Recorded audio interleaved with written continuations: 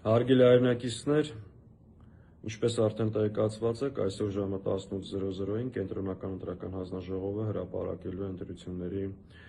վերջնական արդյունքները և ԿՀ դիրքորոշումը։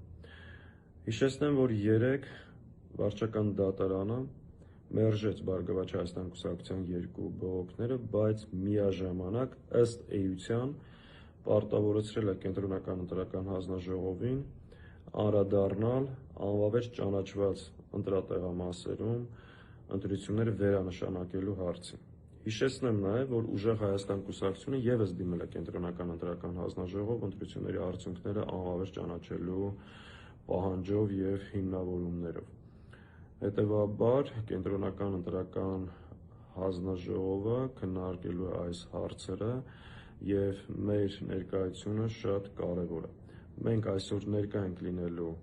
Կենտրոնական ընտրական հանձնաժողովի առջև, բարձրացնելու մեր բողոքի ձայնը և Կենտրոնական ընտրական հանձնաժողովից պահանջելու առաջնորդվել օրենքներով և սահմանադրությամբ։ Ըստ էության Կենտրոնական ընտրական հանձնաժողովը պետք ունի երկու ընտրություն՝ կամ առաջնորդվել այս ռեժիմի, հանցագործ ռեժիմի պատվերով և շարունակել կեղծել ընտրությունների արդյունքները, գնալ հանցագործության և հակաօրինականության ճանապարհով, կամ առաջնորդվել օրենքով և մեր ընդդիմադիր ուժերի ներկայացրած բողոքներին պատշաճ, գնահատական և վերաբերմունք տալ և ըստ էության առաջնորդվել մեր ժողովրդի կամարտահայտությունը պաշտպանելու ԿՀ հիմնական գործառույթով։ Այս ընտրության առջև է կանգնած և ստեղ մեր հայրենակիցների, մեր բոլորի ձայնը շատ կարևոր է և մենք ներկա ենք լինելու, կոչ ենք անում մեկ անգամ ևս մեր հայրենակիցները ևս ներկա գտնվեն։ Միաժամանակ, սիրելի հայրենակիցներ, ցանկանում տեղեկացնել, որ այս օրերին բավականին ակտիվ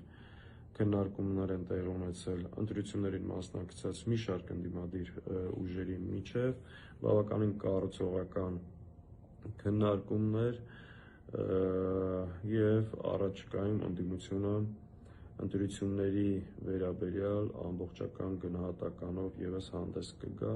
կարևորում է մի պատիվ մի շարք ուժերի, բավականին կառուցողական և ընդհանուր մոտեցումներում համաձայնություն կա և ստեղ ևս մենք առաջիկայում նորություններ կունենանք, այդ քննարկումները դեռ շարունակվում են։ Այս պահին այսքանը, ժամը 18:00 կհանդիպենք Կենտրոնական ընտրական հանձնաժողովի դիմաց։ Առայժմ։